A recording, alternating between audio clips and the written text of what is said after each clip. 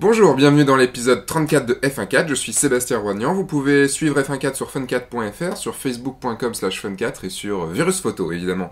Aujourd'hui j'ai envie de dédier cet épisode à Woody Allen, qui a magnifiquement dit qu'un bisexuel avait 2 fois plus de chances de conclure un samedi soir, mais il a également dit « j'ai des questions à toutes vos réponses ». Et c'est sur cette citation-là que cet épisode est monté. Et donc aujourd'hui un épisode questions-réponses.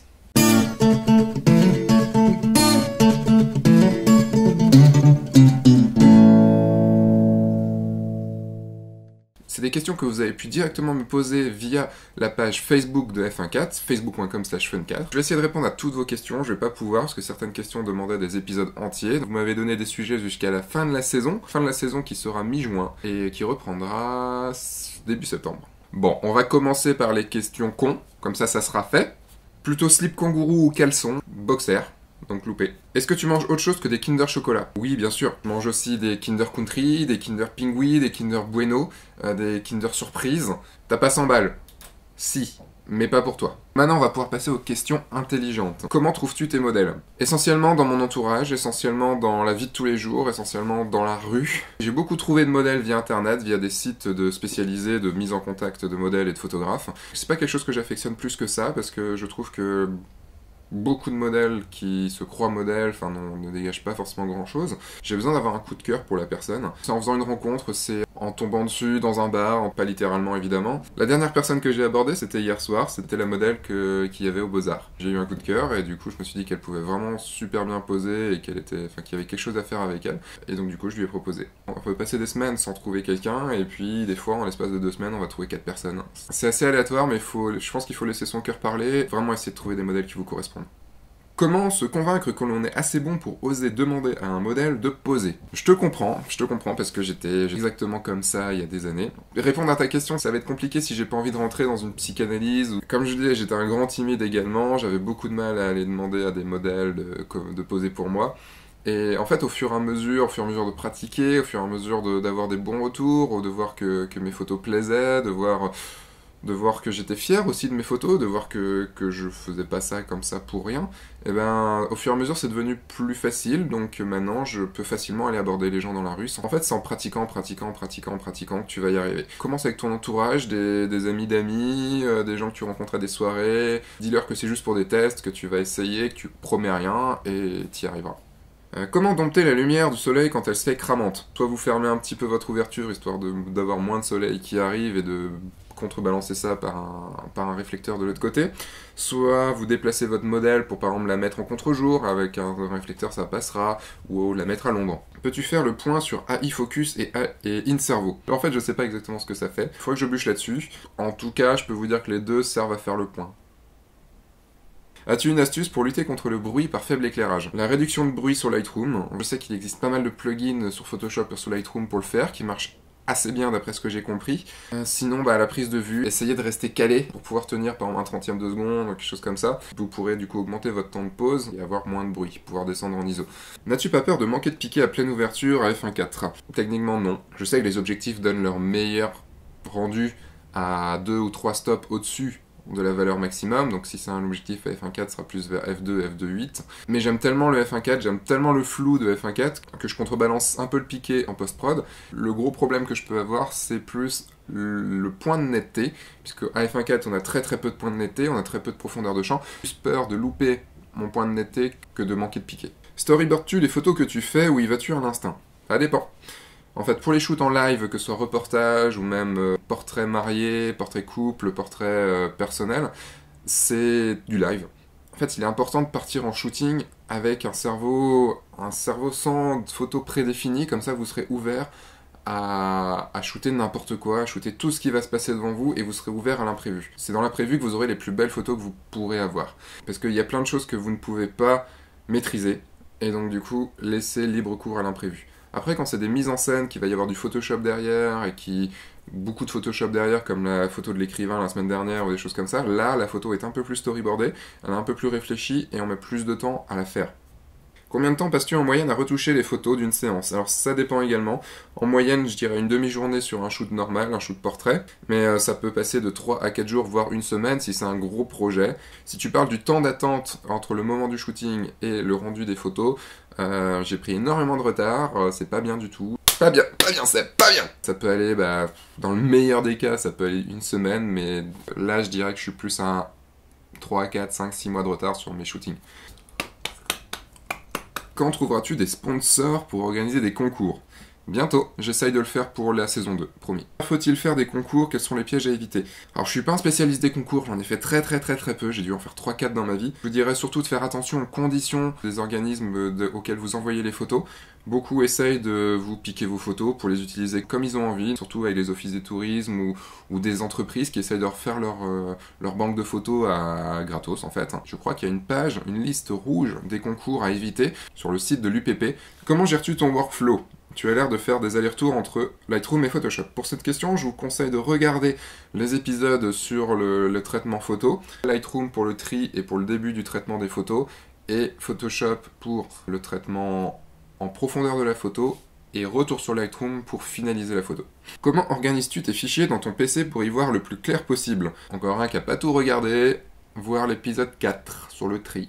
C'est quoi ton soft de montage vidéo et pour capturer ton écran d'ordi? Alors j'enregistre via Camtasia et je monte sur Adobe Premiere. C'est quoi ta tablette graphique? Pour le matériel, je réponds dans la description de l'épisode sur funcat.fr. J'en ai marre de la souris avec Lightroom, pas assez précis par moment, mal au poignet. Me conseillerais-tu un crayon numérique avec tablette? Alors moi j'utilise la souris sur Lightroom, je trouve ça beaucoup plus pratique que le stylet. Beaucoup moins fatigant et beaucoup plus précis, parce que les tirettes avec le stylet c'est pas facile. C'est une question qui va à l'encontre de ce que je fais, donc je ne sais pas. Je te réponds que garde ta souris, c'est ce que je fais. Quels sont les avantages d'une tablette graphique pour travailler ses retouches pour quelqu'un qui n'en a jamais utilisé et quel est le temps d'adaptation? Le temps d'adaptation dépend de chacun, ce sera plus ou moins intuitif. Moi j'ai mis je pense une bonne semaine pour m'y habituer, mais l'intérêt c'est vraiment d'avoir un mouvement de poignet qui soit fluide, qui soit précis. Et comme si vous travailliez en fait sur une feuille de papier avec un crayon, en fait c'est quand même beaucoup plus facile qu'avec une souris. Vous pourrez aller beaucoup plus dans le détail, beaucoup plus facilement jouer aussi sur la pression du stylet pour pouvoir faire des effets. Il n'y a pas à tortiller du cul, prenez une tablette graphique si vous voulez aller plus loin dans vos retouches. J'aimerais bien savoir quel mode de mesure de lumière tu utilises. Utilises-tu la mémorisation d'exposition pour tes portraits en te servant de Roger? Alors déjà, ce n'est pas Roger mais Arnold ou Robert. Tu pars vraiment mal. J'ai pas vraiment envie de répondre à ta question, sachant que tu te trompes de prénom. J'ai ton pseudo, j'ai ton IP, je sais où tu habites. Quand je passe dans le coin, fais gaffe à toi. Donc en fait, j'ai dissocié la mise au point de ma mesure d'exposition. En fait, la mise au point est sur un autre bouton, alors que la mesure d'exposition est à mi-course. Ce qui fait que j'ai pas besoin d'utiliser la mémorisation d'exposition. Donc généralement, je suis en mesure centrale pondérée. Je ne réussis jamais mes photos de sujets en mouvement car le temps que je fasse la mise au point, le sujet a bougé et est flou. La technique, c'est d'être rapide. Le fait d'avoir dissocié la mise au point du déclencheur me permet d'être plus rapide à mon goût, même si d'autres ont d'autres techniques, c'est la mienne. Après, c'est vraiment une question d'habitude et de pratique intensive. Mise au point, recadrage, déclenchement. Comment faire pour avoir des contrats avec des agences? C'est une bonne question, je serais intéressé pour le savoir. Plus sérieusement, il faut juste les contacter d'une façon très professionnelle pour leur montrer ce qu'on sait faire, ce qu'on peut leur apporter, ce qu'on peut leur apporter en plus, ce que notre personnalité peut leur apporter. Il faut juste prendre ses couilles et puis y aller, c'est tout. Comment développer son œil? Mon conseil principal, comme je vous ai dit 15 fois dans cet épisode, c'est pratiquer, pratiquer, pratiquer, pratiquer. Il faut regarder plein de photos sur internet, il faut profiter de ce média pour s'abreuver d'images. Pour ma part, j'ai beaucoup regardé, j'ai beaucoup été au cinéma, pendant toute mon enfance, j'ai regardé plein de films et encore maintenant, du coup, c'est cette culture-là qui a créé mon œil, qui s'est développée aussi en pratiquant la photo, c'est de la pratique, c'est photographier tout ce que vous pouvez, essayer de le faire le mieux possible, regardez vos photos, regardez en quoi vous avez loupé, et retournez-y. Raconte-nous un grand moment de solitude pendant un shoot de mariage. Je dirais que le pire moment que j'ai eu, c'est quand je suis tombé de l'échelle. En fait, j'étais en train de prendre... j'en ai déjà parlé dans l'épisode sur la conférence à Paris. Je suis tombé de l'échelle en faisant une photo de groupe, je suis tombé devant tout le monde et j'étais pas forcément fier quand tout le monde est arrivé à côté de moi pour savoir si j'allais bien et que les pompiers sont arrivés. À faire venir les pompiers sur un mariage, c'est pas quelque chose qui m'a rendu très fier. Quels sont pour toi les objectifs les plus importants à utiliser lors d'un déroulement de mariage et pourquoi? En fait, j'utilise 3 objectifs, donc ça va être pour moi les 3 plus importants, c'est logique. Le 50 mm f1.4 pour faire des portraits, le 24 mm f1.4 pour le côté reportage grand angle, et le 135 mm que j'ai F1, F2 que j'ai depuis pas très très longtemps et que je trouve un peu trop facile parce que c'est beaucoup zoomé, c'est très zoomé, mais ça permet en fait de faire des portraits serrés de gens quand on peut pas, par exemple à l'église, quand on peut pas se rapprocher des personnes. Je n'utilise aucun zoom, je n'aime pas ça. Et je vous expliquerai pourquoi dans un autre épisode d'un comment répartirais-tu le pourcentage des focales que tu utilises lors du mariage. Donc selon mes statistiques Lightroom, environ 50% le 24 mm, 50% le 50 mm, le 135 est trop récent pour avoir des statistiques. Je suis curieux de savoir quel sac étanche tu utilises pour aller dans l'eau. Réponse dans la description sur fun4.fr. On nous rabâche qu'il faut ne pas shooter au-dessus de 800 ISO, mais tu dis que tu shootes souvent à 3002. Il y a des fois on peut pas faire autrement, c'est ça le truc. Moi j'aimerais bien shooter tout le temps à 800 ISO, mais je peux pas. Il y a des moments où il n'y a pas de lumière, et je suis à f1.4, à 1/80 de seconde, je suis bien obligé de monter les ISO. Je préfère avoir une photo bruitée que pas de photo du tout en final. C'est bien d'avoir un appareil haut de gamme qui permette de monter dans les ISO aussi. T'arrive-t-il de refuser un mariage car le courant entre toi et les mariés ne passe pas? Oui, et oui, et oui, et oui. J'expliquerai ça aussi dans un autre épisode, mais j'ai fait que mon site internet me permette de me faire contacter quasiment que par des gens qui sont intéressés par mon travail et avec qui le courant passe. Je demande à rencontrer les gens avant de signer un contrat, tout simplement parce que j'ai besoin, moi aussi, d'avoir envie de travailler avec eux. Si j'ai pas envie de travailler avec eux, je ne ferai pas de bonnes photos. Comment organiser un photomaton? Comme un studio, 2 flashs, un trépied, un appareil photo, une télécommande. Voyez avec les mariés si vous pouvez avoir un endroit chouette, des accessoires. Certains mariés créent carrément des murs ou des scènes. Es-tu sous le statut auto-entrepreneur et qu'en penses-tu? Alors je suis en SARL moi depuis 2012, avant j'étais 6 ans en indépendant, en profession libérale. J'ai commencé avant le statut d'auto-entrepreneur, donc je l'ai pas eu. J'ai pas forcément d'avis là-dessus, ça a des bons côtés, des moins bons côtés. Les bons côtés, il y a moins de charges, c'est moins contraignant au niveau paperasse. Des mauvais côtés, il n'y a pas de TVA, pas de possibilité de déduire ses frais. Donc c'est un choix personnel à faire. Comment connaître la valeur de notre travail? Pas celle qu'on pense, pas celle qu'on espère, la vraie valeur et comment se vendre. Question très vaste aussi, la vraie valeur ça n'existe pas. Le plus important c'est la valeur à laquelle on s'estime. Je ferai un épisode sur les prix et comment définir ces prix parce que c'est quelque chose de très complexe, j'ai mis beaucoup de temps à trouver et je suis en train de l'écrire et ça prend un peu de temps. Le principal pour moi, je dirais que le meilleur prix c'est celui avec lequel on peut vivre et le prix qu'on assume. C'est important quand on est en face de client d'assumer le prix que l'on demande. Si on dit c'est 1500 € la journée, ça passera pas. Il peut avoir l'impression qu'on a envie de l'arnaquer. Alors que si vous dites, alors le prix pour moi c'est 1500 € la journée, vous avez ça, ça, ça et ça. Là le mec il va être plus rassuré. Pour la question de comment se vendre, c'est vraiment vaste aussi. Il faut juste être fier de son travail, être conscient de ce qu'on peut faire. J'ai eu beaucoup moins de mal à me vendre depuis que je sais que mon travail plaît, que les gens ont envie que ce soit moi leur photographe, et je sais que les clients seront contents du résultat. Est-ce que ça t'est déjà arrivé d'être pris par la sécurité sur un site désaffecté? Oui, 2 fois. Les 2 fois, les gendarmes sont arrivés, et les 2 fois, ils ont juste pris mon nom et le nom des personnes qui étaient avec moi, et au final, j'ai jamais eu d'autres ennuis que ça. Je pense qu'il faut juste faire attention à pas se faire prendre 2 fois au même endroit. Vous dites bien que vous êtes photographe, que vous n'êtes pas là pour dégrader, vous êtes juste là pour prendre des photos. Par où commencer quand on a des photos de partout, scan, pellicule, sauvegarde différentes, déménagement, 7 ans de photos? Et je dirais par embaucher quelqu'un qui le fait. Il y a des gens qui font très très bien ce métier et qui ont besoin de travail, donc engagez-les. Si vous avez un peu d'argent à leur donner, au moins engagez-les. Ils feront ce travail très bien. J'ai toujours eu l'impression que les photographes pros gardent leur savoir-faire. Est-ce que tu n'as pas peur d'être mal vu par tes confrères? Ça va faire l'objet d'un futur épisode que je suis en train d'écrire aussi, suite à un débat qu'il y a eu sur le groupe Critique F1.4. J'ai beaucoup de choses à dire sur ce thème-là, sur les différents points de vue qu'on peut avoir. Si vous regardez cette émission, vous comprendrez que je suis absolument contre le fait de donner ses secrets, que je suis absolument contre le fait de partager ses techniques. Je trouve ça absolument lamentable et j'ai peur que vous tous, vous me piquiez mes techniques et après, du coup, vous piquiez mon marché. Donc voilà, je suis contre et j'arrête cette série maintenant. Qui t'inspire? Beaucoup de monde. Pas que des photographes, beaucoup de cinéastes surtout m'inspirent.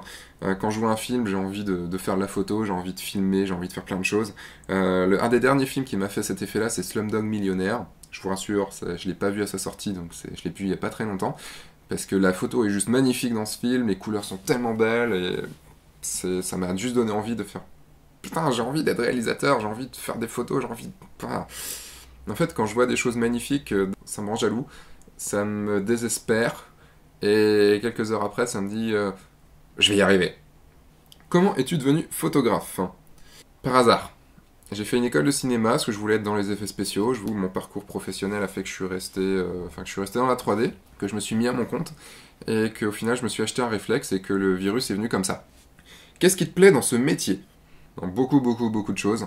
Essentiellement de faire une activité que j'aime. Je suis même payé pour ça, donc c'est quand même absolument magique. Je fais tout, ne faire que des travaux que j'aime, que j'ai envie de faire. C'est pas forcément facile, ça demande beaucoup de sacrifices. Mais ça me permet de faire le portrait de quelqu'un un jour, de rencontrer quelqu'un que j'admire, parce que je l'ai contacté pour faire des photos, d'être à l'autre bout de la France pour un workshop, d'aller dans une super baraque pour faire des photos pour un client, de me retrouver sur des bateaux abandonnés, d'être dans une usine abandonnée à photographier d'une équipe en steampunk, d'être payé pour ça. Enfin, voilà pourquoi j'aime la photo. C'est que ça me permet d'avoir un travail qui n'est pas monotone. Et aussi parce que ça me permet de ne pas avoir à me lever tôt.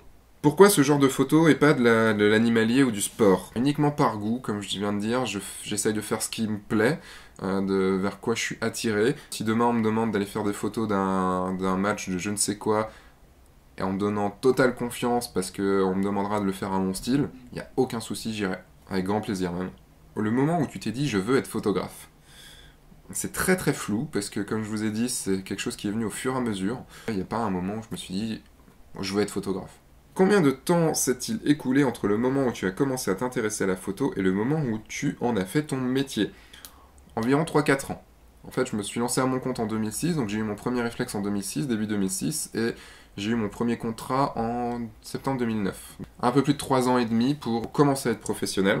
La crise aussi a favorisé le fait que je transfère mon activité de la 3D à la photo, puisque je n'avais plus aucune activité 3D. Voilà pour les questions. Il y a eu beaucoup d'autres questions, mais ça serait des épisodes entiers pour y répondre. Il y a beaucoup de questions auxquelles je ne sais pas répondre non plus, donc je vais faire venir des gens pour y répondre. La semaine prochaine, un épisode sur le strobisme. Et n'hésitez pas, si vous avez des questions aussi, vous pouvez les poser toujours sur fun4.fr ou sur facebook.com/fun4. Et je vous dis à la semaine prochaine. Au revoir!